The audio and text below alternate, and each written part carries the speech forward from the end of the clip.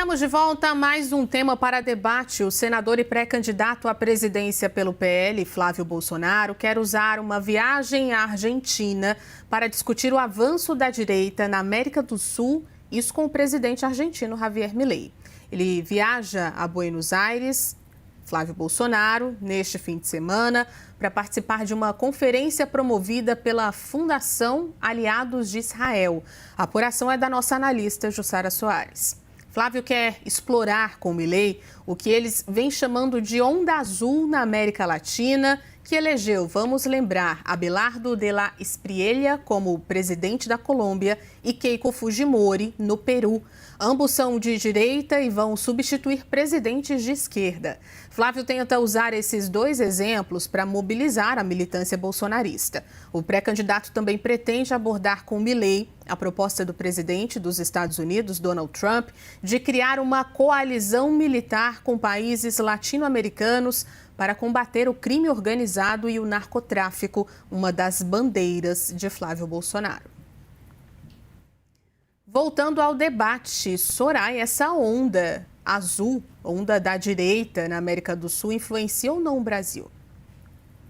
Ju, eu acredito que não influencia o Brasil diretamente. Primeiro, pelas relações que precisam ser estabelecidas dentro daquilo que é a diplomacia e daqueles que são os necessários acordos e negociações econômicas. Independentemente de colorações ideológicas, o fato é que, gostando ou não gostando uns dos outros, é preciso que se tenha alguma espécie de comunicação. E imagino que era praticamente inevitável que, claro, com tantos presidentes e presidenta também, né, lembrar da Keiko Fujimori, vinculados a essa matiz de extrema-direita, que eles se reúnam e que conversem entre si. Não analiso esta como uma onda azul, até porque nós, pouco mais, talvez, de 5 décadas atrás, tivemos uma onda verde, que são exatamente as mesmas pessoas, os seus descendentes, que estão tomando conta da América Latina hoje. Essa onda verde foi a que instaurou as ditaduras militares de uma ponta a outra do continente latino-americano. De maneira que o que nós estamos vendo hoje é uma recolocação destas pessoas, desta extrema-direita, ou do pensamento antidemocrático, através também das urnas. E com isso nós precisamos lidar e precisamos reconhecer. Existem momentos em que há alternância de poder, e essa alternância de poder pode acontecer inclusive com a extrema-direita. Mas eu gostaria de fazer uma consideração bastante importante com relação à Colômbia, especialmente, porque trata-se de um país que conheço muito bem, por já ter feito relatórios, inclusive, para a Federação Internacional de Direitos Humanos, para a ONU, com relação à violência política. Eu acredito que influência dali que pode surgir em termos de violência política. A gente precisa lembrar que Espriella é visto como um novo Álvaro Uribe, e Álvaro Uribe representante daquilo que de mais duro, ou melhor dizendo, de mais sórdido existiu em termos de perseguição aos inimigos políticos. Na Colômbia, um partido político inteiro foi exterminado. 7.000 pessoas da União Patriótica foram mortas. E sob Álvaro Uribe, jornalistas, advogadas, militantes de direitos humanos, representantes indígenas, de comunidades negras, enfim, eram assassinados como uma regra geral.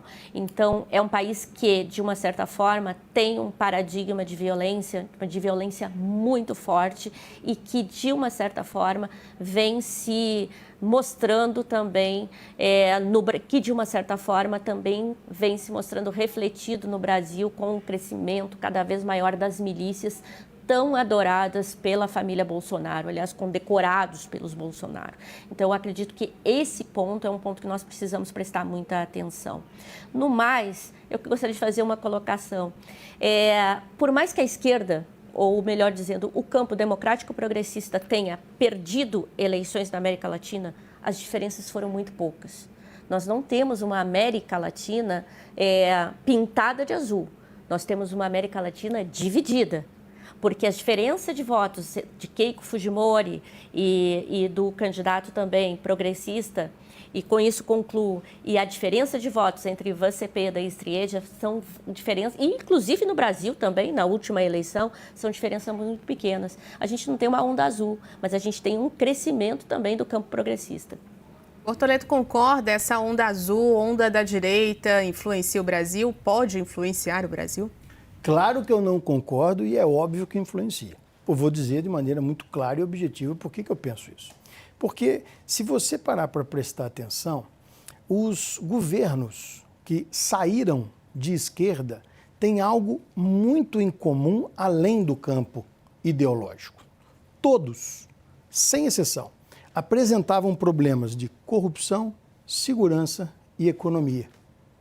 Qualquer semelhança desses governos que perderam as eleições com o governo do presidente Lula não é mera coincidência. É uma visão de mundo. É a maneira como trata-se a corrupção, de como trata-se a segurança e de como tratam-se a economia. A visão de mundo da esquerda jamais será comparável com a da direita, independentemente de quem quer dizer que um seja melhor ou pior, porque elas são, muitas das vezes, antagônicas. Todas as duas apresentam propostas que querem levar ao mesmo objetivo. A diferença é que a da esquerda não leva e a da direita leva. O que está acontecendo hoje, quando a gente avalia qualquer pesquisa aqui no Brasil, é que o brasileiro não suporta mais corrupção. É o primeiro item de preocupação do brasileiro no dia de hoje. E este primeiro item de preocupação cola no governo Lula como uma luva, porque 54% da população entende que o governo Lula, de alguma forma, tem a ver com o escândalo do Banco Master. Quando a gente vai para o segundo item, nós estamos falando exatamente de um item onde a esquerda tem um jeito completamente diferente da direita de atuar, que é a segurança pública. A segurança pública, na visão do campo de esquerda, ele é antagônico ao da direita. Quando nós estamos falando em redução de maioridade penal, está se dizendo que nós não podemos reduzir a maioridade penal no Brasil porque nós já não damos conta de atender a quantidade de preso que a gente tem.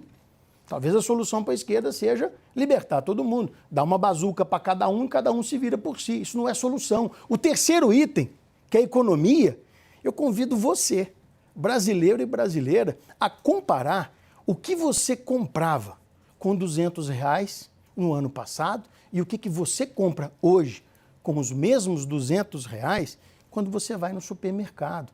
Isso é que verdadeiramente derrubou os governos de esquerda na América Latina. Não é só porque é de esquerda, é porque a esquerda é assim. Ela trabalha dessa forma. Ela tem isto como visão de mundo para poder entregar aquilo que ela supostamente quer nos entregar. O único problema, nunca entrega. E aí a população percebe. Tem uma população que não percebe, tem uma população que percebe.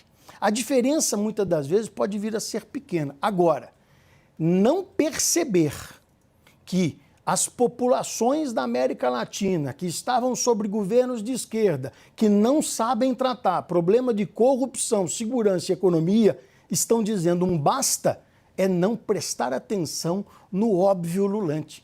O que está para acontecer no Brasil também, se não se organizar de maneira adequada a campanha da esquerda. Se efetivamente não souber explorar esses mesmos indícios a campanha de direita. Porque tanto aqui como nesses outros governos que eram de esquerda e saíram do poder, os problemas de corrupção, segurança pública e economia são latentes e estão expostos. Então, o que a gente verdadeiramente vai ver é que a onda da direita, ela é mais do que um campo ideológico. É um basta de uma população que não aguenta mais escutar as mesmas promessas da esquerda.